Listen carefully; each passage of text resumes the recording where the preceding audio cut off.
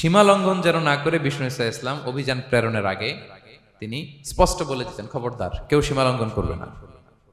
যারা তোমাদের বিরুদ্ধে অস্ত্র তুলেনি তাদের বিরুদ্ধে অস্ত্র তোলা যাবে না, কারণ ইন্নাল্লাহ লা ইউহিব্বুল মু'তাদিন, আল্লাহ তাআলা সীমা লঙ্ঘনকে পছন্দ করেন না। প্রিয় ভাইরা, তাহলে যে 7 শ্রেণীর ব্যক্তিকে আল্লাহ তাআলা পছন্দ করেন না, তার প্রথমটা আমরা জেনে গেলাম। তারা কারা? সীমা লঙ্ঘনকারী। আমি কিন্তু প্রায় এরকম জিজ্ঞেস করব এবং সব শেষে আপনাদেরকে নিয়ে রিভাইজ করব। তাহলে 1 নম্বরে আমরা পেলাম তারা কারা। মেহেরবানি করে সবাই বলবেন একসাথে, তারা কারা? তারা সীমা লঙ্ঘনকারী, তারা তাদের লিমিট ক্রস করে, তাদেরকে আল্লাহ তাআলা পছন্দ করে না। সো আমরা আমাদের লাইফের সাথে একটু মিলিয়ে নেই যে আমরা আমাদের কোনো ক্ষেত্রে সীমা লঙ্ঘন করি কিনা একটু খেয়াল করেন। আমার যে দায়িত্ব আছে আমি কি সীমা লঙ্ঘন করি কিনা? আমার স্ত্রী আমার দায়িত্বে, তার সাথে সীমা লঙ্ঘন করি কিনা? আমার ভাতিজা ভাতিজি অনেকের আছে ইয়াতিম, তার বাবা মারা গেছে, তার সব সম্পত্তির দায়ভার আমার উপর দেয়া, আমি ওইখানে তাকে ঠিকঠাক মতো সব দেই কিনা, সীমা লঙ্ঘন করি কিনা? হ্যাঁ, ক্ষমতা পেলে সীমা লঙ্ঘন করি কিনা? কি মনে হয় আমরা ক্ষমতা পেলে সীমা লঙ্ঘন করি কিনা? হ্যাঁ, করে করে হ্যাঁ, মানে যেইখানে ডাক্তারের কাছে যাই বলে, ডাক্তার সাহেব আমার এইখানে ফোড়া, সারা দেহের যেই কোনো জায়গায় ধরতে পারেন, এইখানে ধরেন না। তো এইখানে না ধরলে ভালো হবে? ফোড়া যেখানে, ট্রিটমেন্ট তো ওইখানে দিতে হবে, কি বলেন? রোগ যেখানে, ওষুধও সীমা লঙ্ঘন। দায়িত্ব পেলে আমরা সীমা লঙ্ঘন করি। এমনকি আমরা যারা ইবাদত করি, অনেকে ইবাদতেও সীমা লঙ্ঘন করি। ইবাদতেও না, ভারসাম্য থাকতে হবে, পরিমিতি বোধ থাকতে হবে। এবং মজার ব্যাপার হচ্ছে আল্লাহ তাআলা দোয়া এবং জিকিরের ক্ষেত্রে এই কথাটা উল্লেখ করেছেন যে তোমরা দোয়া জিকিরের ক্ষেত্রে সীমা লঙ্ঘন করো না। আল্লাহ তাআলা বলেন, উদউ রাব্বাকুম তাদাররুআ ওয়া খুফিয়া ইন্নাহু লা ইউহিব্বুল মু'তাদিন। তোমরা আল্লাহকে ডাকো কেমন ভাবে? তাদাররুআ ওয়া খুফিয়া, সবিনয়ে গোপনে। সবিনয়ে ডাকো, চুপিসারে ডাকো, গোপনে গোপনে ডাকো, অল্প আওয়াজে ডাকো। কারণ কি? ইন্নাল্লাহ লা ইউহিব্বুল মু'তাদিন, আল্লাহ সীমা লঙ্ঘনকারীদেরকে পছন্দ করেন না। তাহলে আপনি যদি দোয়া করেন আল্লাহর কাছে, যখন জিকির করবেন বিনীতভাবে, চুপিসারে, সবিনয়ে, বিষ্ণু ইসা ইসলাম যেভাবে শিখিয়েছেন ওইভাবে জিকির করবেন। নাকি জিকির করতে করতে মানুষের কাঁধে উঠবেন? উঠবেন না? ওঠে ওঠে, হ্যাঁ ওঠে। দেখেন আল্লাহ তাআলা যেইখানে 3 ফোঁটা দেওয়া দরকার 3 ফোঁটা দেয়, যেখানে 1 ফোঁটা ওইখানে 1 ফোঁটা দেয়। আল্লাহ তাআলা ইন্নাহু লা ইউহিব্বুল মু'তাদিন, আল্লাহ সীমা লঙ্ঘনকে পছন্দ করেন না। এই কথাটা ঢুকাইছে কোথায়? দোয়া আর জিকিরের মধ্যে। কারণ আল্লাহ জানে আল্লাহর কাছে বান্দা থাকবে, তারা দোয়া এবং জিকিরের সময় কি করবে? সীমা লঙ্ঘন করবে। মাঝে মাঝে কিছু ভিডিও ক্লিপসে দেখা যায় জিকির করতে করতে আরেকজনের কাঁধের উপরে, যিনি জিকির পরিচালনা করতেছে তার মাথার উপরে। এখন আমি ওয়াজ করতেছি, আপনি যদি লাফাইতে লাফাইতে এসে আমার উপরে পড়েন, হ্যাঁ, মাইকের উপরে যদি এসে পড়েন, আমার অবস্থা হবে কি? লাফাতে লাফাতে উপরে উঠে যায়, নিজে ইনজুর্ড হয়, পাশের শ্রোতাকে ইনজুর্ড করে, যিনি আলোচনা পরিচালনা করতেছে তাকে ইনজুর্ড করে। এরকম আছে না নাই? ইন্নাহু লা ইউহিব্বুল মু'তাদিন, আল্লাহ তাআলা সীমা লঙ্ঘনকে পছন্দ করেন না। তাহলে আমাদের প্রত্যেকের উচিত আমাদের লিমিট জানা, আমরা যেন আমাদের কখনো লিমিটকে ক্রস না করি। প্রিয় ভাইরা, এটা প্রতিটি ক্ষেত্রে, ইভেন ইবাদতে আমরা যেন সীমা লঙ্ঘন না করি। এই পয়েন্টটা মনে থাকবে আপনাদের? আচ্ছা, তাহলে 2 নম্বরে আমরা চলে যাই। 2 নম্বরে যে শ্রেণীকে আল্লাহ তাআলা পছন্দ করেন না তারা হচ্ছে জালিম বা অত্যাচারী। জালিম বা অত্যাচারী, যারা জুলুম করে তাদেরকে আল্লাহ তাআলা পছন্দ করেন না। আল্লাহ তাআলা বলছেন, ফাআম্মাল্লাযীনা কাফারু ফাউআযিবুহুম আযাবান শাদীদান ফিদ দুনিয়া ওয়াল আখিরা ওয়া মা লাহুম মিন নাসিরিন। যারা দুনিয়াতে কুফরি করবে কঠিন শাস্তি দুনিয়াতেও আখিরাতেও। ওয়া আম্মাল্লাযীনা আমানু ওয়া আমিলুস সলিহাতি ফায়ুওয়াফিহিম উজুরাহুম, আর যারা ঈমান আনবে, সৎকর্ম করবে, তাদের প্রতিদান আমি আল্লাহ বুঝিয়ে দেব। ওয়াল্লাহু লা ইউহিব্বুয যালিমিন, তবে জেনে রেখো আল্লাহ তাআলা জালিমিনদেরকে পছন্দ করেন। তাহলে 2 নম্বরে পাওয়া গেল কাদেরকে পছন্দ করে না? আপনি যদি কারো প্রতি জুলুম করেন তাহলে আপনি জালেম, সে হচ্ছে মাজলুম। সে কি? মাজলুম। মজলুম আপনার ক্ষমা না করলে আল্লাহ তাআলা আপনার ক্ষমা করবে না। মজলুম যদি ক্ষমা না করে আল্লাহ তাআলা কঠিন কালো আপনাকে ক্ষমা করবে না। এজন্য জুলুম যেন আমরা কখনো না করি। প্রিয় ভাইরা, জুলুম শুধু আল্লাহ তাআলা আমাদের উপরই হারাম করেনি, আল্লাহ নিজের উপর হারাম করছে।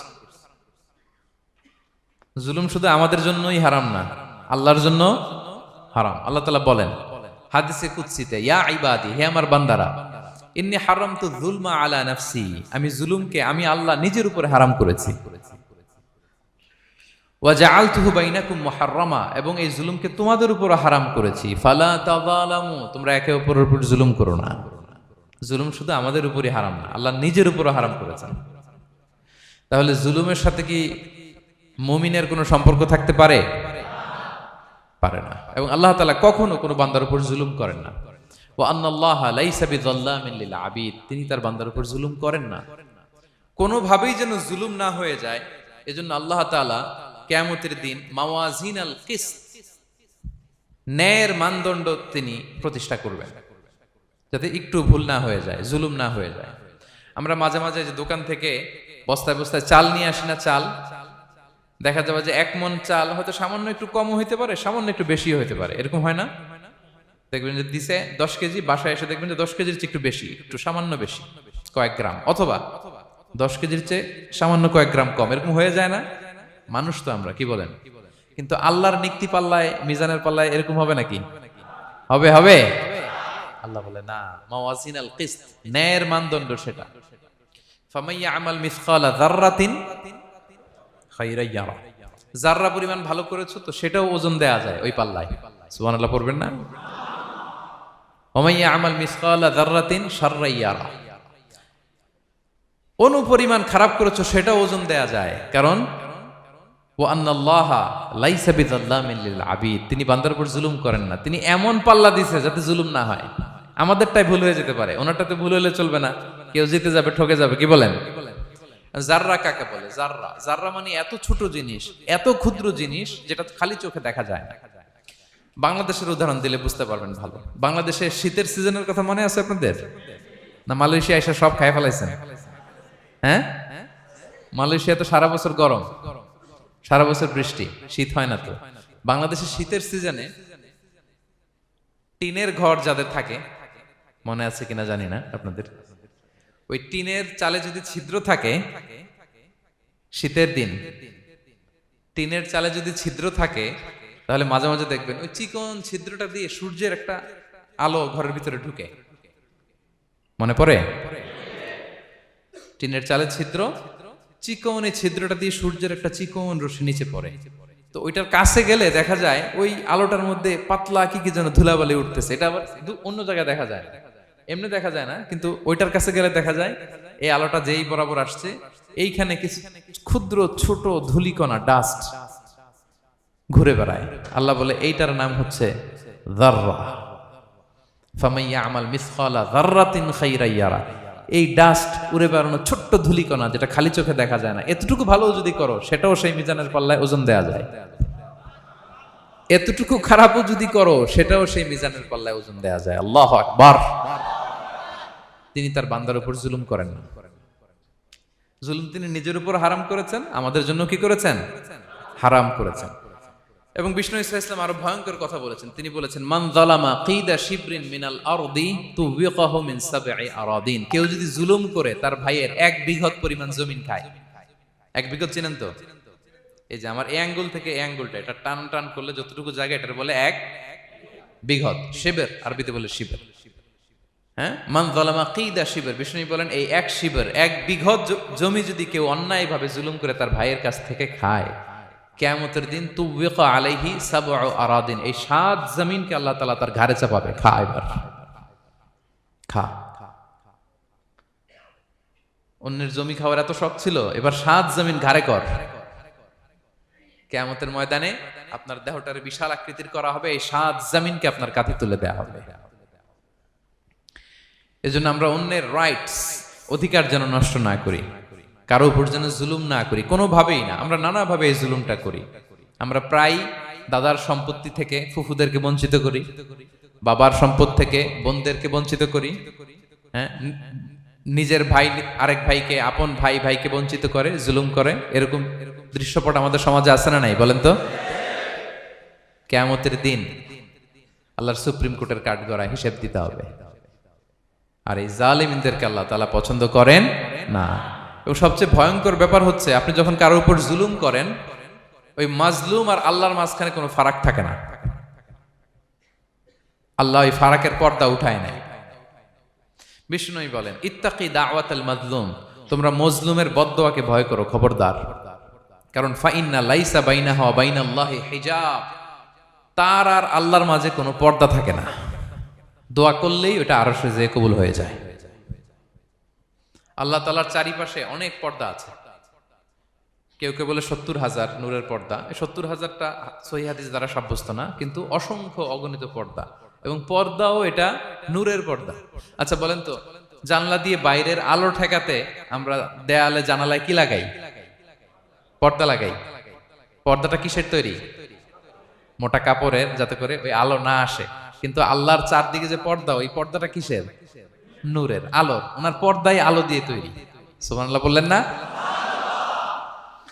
বিষ্ণু বলেন ইত্তাকি দাওয়াতাল মাজলুম, মজলুমের বদদোয়াকে ভয় করো। ফাইন্না লাইসা বাইনাহা ওয়া বাইনাল্লাহি হিজাব, কেউ যখন মজলুম হয়ে কেঁদে বদদোয়া করে, তার আর আল্লাহর মাঝে ওই পর্দা থাকে না। বদদোয়া করছে, ডাইরেক্ট কবুল। খবরদার আমার পেনাঙ্গের ভাইয়েরা, আমরা যেন জালিম না হই। In it's any form, operation in it's any form, যেই কোনো ভাবে, যেই কোনো ক্ষেত্রে, যেই কোনো ধরনের হইতে পারে জুলুম। কাউকে আপনি ছোট্ট কোনো কাজে ঠকালেন, বন্টন নীতিতে ঠকালেন, হ্যাঁ, জমি মেরে দিয়ে ঠকালেন, আমানত মেরে দিয়ে ঠকালেন, ইন ইটস এনি ফর্ম যদি জুলুম করে থাকেন, খবরদার। মজলুমের কান্না কখনো বৃথা যায় না। মজলুমের কান্না কখনো বৃথা যায় না। জীবনের কোনো না কোনো সময়ে এর প্রায়শ্চিত্ত আপনাকে করতে হবে। জীবনের কোনো না কোনো সময়ে এর প্রায়শ্চিত্ত করে আপনাকে মরতে হবে। তাহলে কোন বিশ্বাসী কি জালিম হতে পারে? কারণ ইন্নাল্লাহা লা ইউহিব্বুল যালিমিন, আল্লাহ তাআলা জালিমদেরকে পছন্দ করেন না। তাহলে জুলুমের সাথে আমাদের কোনো সম্পর্ক আছে? হ্যাঁ, কোনো সম্পর্ক আছে। তাহলে দুই শ্রেণীর ব্যক্তির কথা আমরা জানলাম যাদেরকে আল্লাহ পছন্দ করেন না। এক নাম্বার, প্রথমটা কে ছিল? সীমা লঙ্ঘনকারী, লিমিট যে ক্রস করে, ইন্নাল্লাহা লা ইউহিব্বুল মুআতাদিন। দুই নাম্বারে কি জানলাম? হ্যাঁ, জালিম, অত্যাচারী, অপ্রেসর। অপ্রেসরকে আল্লাহ তাআলা পছন্দ করে না। তাহলে এই দুইটারে আমরা নো বলে দিলাম আজকের কনফারেন্স রুমে। আওয়াজ করে বলেন তো সবাই, নো। এই লিমিট ক্রস আর জুলুম, নো, চলে গেছে, খালাস। এবার তিন নাম্বারে দেখি আল্লাহ কাদেরকে পছন্দ করেন না। তিন নাম্বারে আল্লাহ তাআলা অহংকারী, দাম্ভিক লোককে পছন্দ করেন না। অহংকারী, আমাদের তো অহংকার টহংকার নাই না? আছে? অহংকার আছে? কিসের অহংকার বলেন? টাকার, আর ক্ষমতার, আর সৌন্দর্যের, আর হ্যাঁ পাওয়ার, সোশ্যাল পাওয়ার। এই যে অহংকার, অহংকারের খাঁচা থেকে মুক্ত রাখো আমাদেরকে তুমি প্রভু হয়ে। পড়েন আমিন।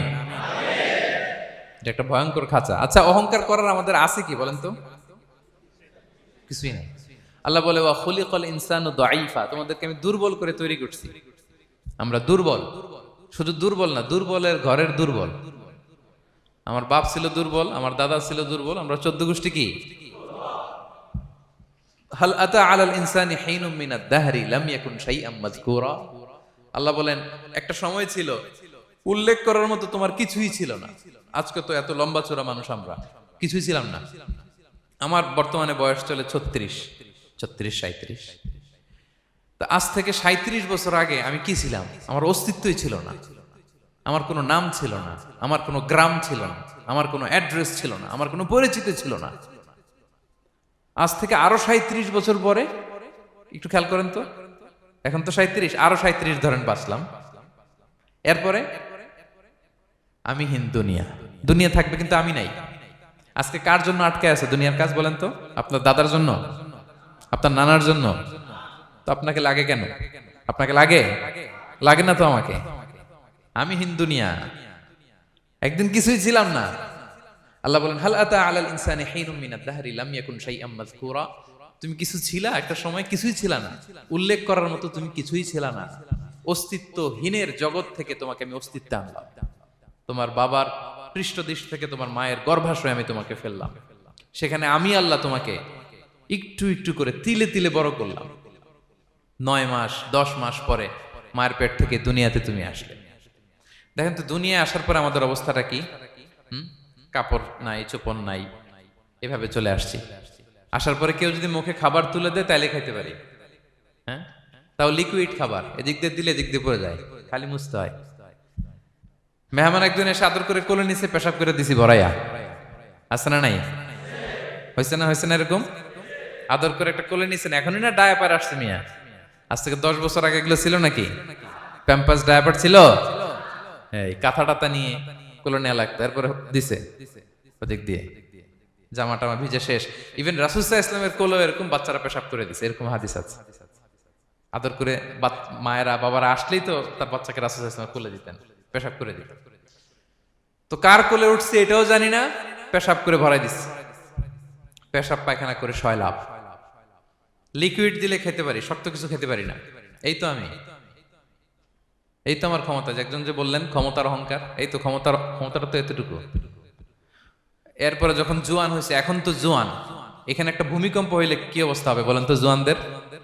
হ্যাঁ, কাঁপতে কাঁপতে সব শেষ। একটা ভূমিকম্প, একটা তুফান হলে ওটার বিরুদ্ধে দাঁড়াতে পারি না। একটা তুফান, রাস্তায় টায়ার পাংচার হলে লাফ দিয়ে উঠি। ক্ষমতা আমার নাকি ক্ষমতার অহংকার? কি দুর্বল আমরা, হ্যাঁ? কুকুর আমাদেরকে কামড় দিলে আমরা কুকুরের কামড়ও দিতে পারি না, ঠিক কিনা? মশা যে কামড়া, এটা ধরতে না পারলে কিছু করতে পারি? কামড় মাইরা দিছে দৌড়। বল্লা পোকা আইসা যদি কামড় দিয়ে দৌড় দিয়ে কিছু করতে পারেন? তো কিসের ক্ষমতা আপনার? এরপর আবার যদি 70-80 বছর হায়াত পাই, আবার আগের মতো যেখানে বসি ওইখানেই ডাইরেক্ট, আছে না নাই? বয়স যখন 80 হয়ে যায় আর থাকে শরীরের কন্ট্রোল, আবার যেখানে বসে ওইখানেই পেশাব পায়খানা। খাবার দিলে খাইতে পারি, পিঠটা বাঁকা হয়ে কুজু হয়ে গেছে, এর নাকি আবার অহংকার? সাজে অহংকার, সাজে অহংকার, সাজে একজনের। আওয়াজ করে বলতে হবে, তিনি কে?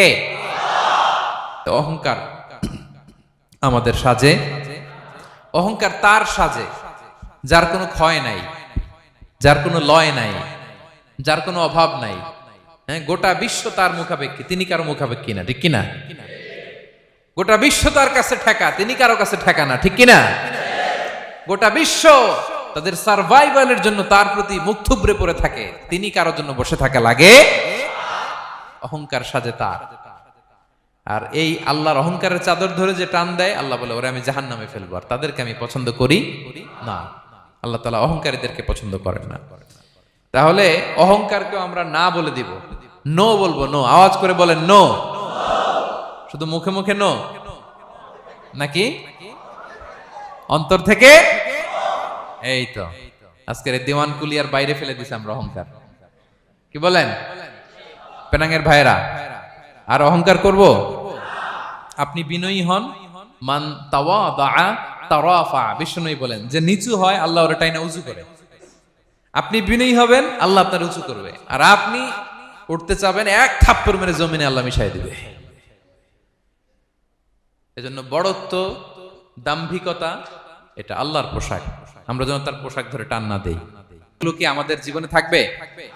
এগুলো আমরা কি শুধু হল রুম থেকে বের করে দিব, না পুরো জীবন থেকে? পারা যাবে? পারা যাবে? আওয়াজ করে পড়ুন ইনশাআল্লাহ। পেনাঙ্গের ভাইরা, আল্লাহ তাআলা আমাদের সবাইকে কথাগুলো বোঝার ও আমল করার তৌফিক দান করুক। এই আলোচনা যেন আমাদের নাজাতের ওসিলা হয়।